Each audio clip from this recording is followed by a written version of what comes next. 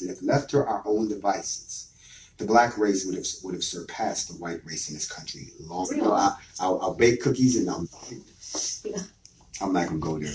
The bottom line of the point I'm making. Come on, seriously. The point I'm making is that it's not as easy said than done. The sentiment is there, but for a lot of people, they're finding out the opportunity has presented itself again. Mm-hmm. So what are you going to do this time? Mm-hmm. We got much more to gain. Yeah. We're better equipped. We're much more educated. We are. And on top of that, we know a lot more about the enemy. A lot more. We're a lot more enemy savvy, I will say that.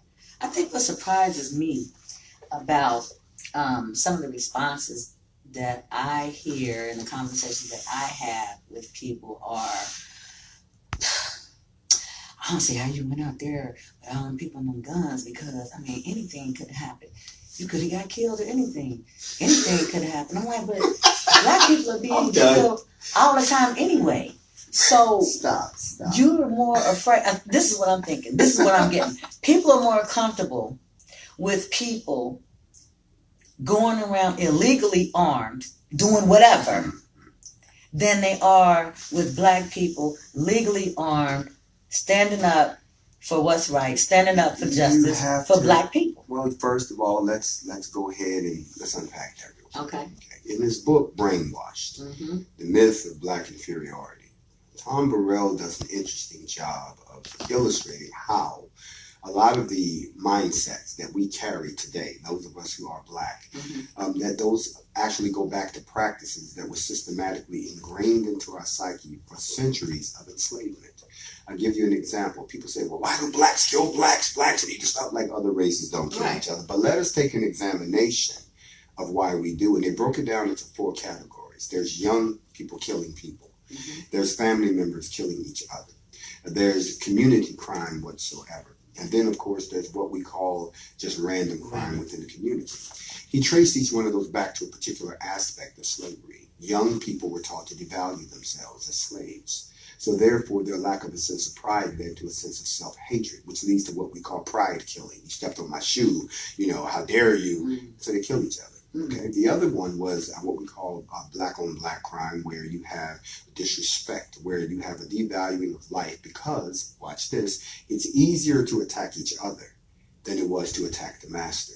It's easier to attack somebody that cannot have any retribution against you than someone like the master who held your destiny in their hands. That's why we can fight and scrap in the streets until whoop whoop, we hear the police pull up and everybody suddenly snap up and move the cops, right? And then the last one that I thought was most interesting was the family murders, where you have folks who kill each other in their families, or girlfriends or boyfriends, whatever the hell it is. Again, is because we are taught to devalue the family structure and roles are reversed. And again, pride killings. And it's easier to attack someone right next to you who's in the same boat as you because you don't see a way out than it is to get together to attack the master. The master is still, no matter what you call it, society now. The master is the police. The master is the boss at your job. The master is your sinister co-worker that got some dirt on you. The master. You'd rather not attack them. So we see that manifested today. And as far as all those people say, you're going to get us all killed. Right. We're going to die anyway.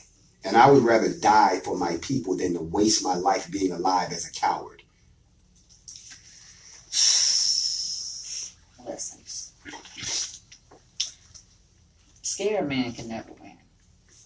So there's nothing wrong with, having fear, but you still have to act. You can't be paralyzed in the fear. You can't, like the one conversation that I had with a gentleman, one of those you're gonna get killed gentlemen, is I'm saying, okay, so if we're out here and people have been marching, praying, and singing and crying and dying forever, and then here's someone with a different approach to getting a remedy to the situation and getting justice for the situation, are you saying that you would rather continue to call the police, which is in support of the police, and then complain about police brutality versus trying to see what's up with another solution. And maybe this is not your solution. Everybody, like you said, is not built. Everybody is not cut. And if you're not, then you're not. But I mean, you have to. I mean, this show is usually about society, sex, and common sense. Not the sex part tonight, but certainly the society and common sense part. Where's the common sense in that? I don't understand. Malcolm addressed that also. He said that if sense was common, we all have it. There's no such thing as common sense. There is what we call situational awareness.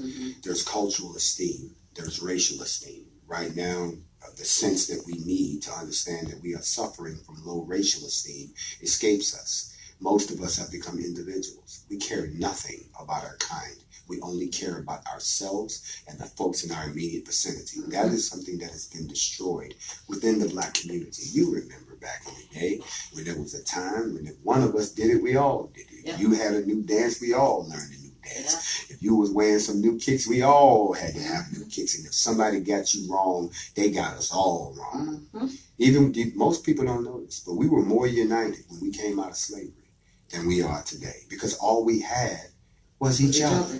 Nowadays, we think all we got is us. We don't have each other.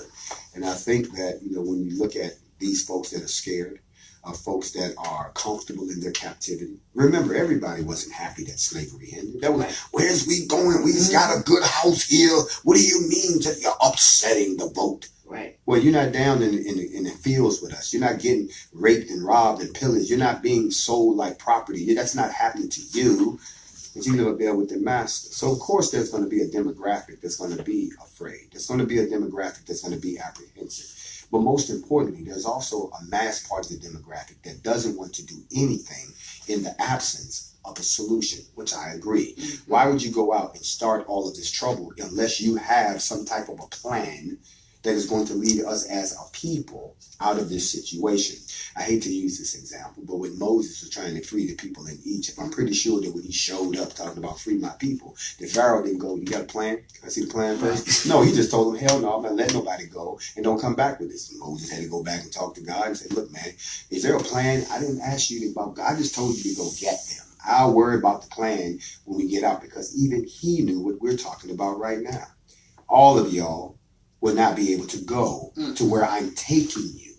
I'm going to take you out of bondage, but I'm going to put you in a place where I can find out who's worthy to go to where we're going. This whole process that's starting around the world is pretty much there. Everybody raise up, but everybody who's raising up is not moving out. And that's not a put down on anybody. You just do some, like you said, do some sensual, critical thinking of who goes and who doesn't. Who stays, who's comfortable here, who would like to stay. You're more than welcome. But me and mine and the rest of us, it is time for us to have the ability to say what everyone else says. If something happens to a Chinaman, China gets upset. If something happens to a Frenchman, France gets upset. Something happens to the Swiss, Switzerland gets upset. Something happens to a Black American, nobody gets upset, because there's nobody to speak up for us. And most folks don't realize that Black is a color.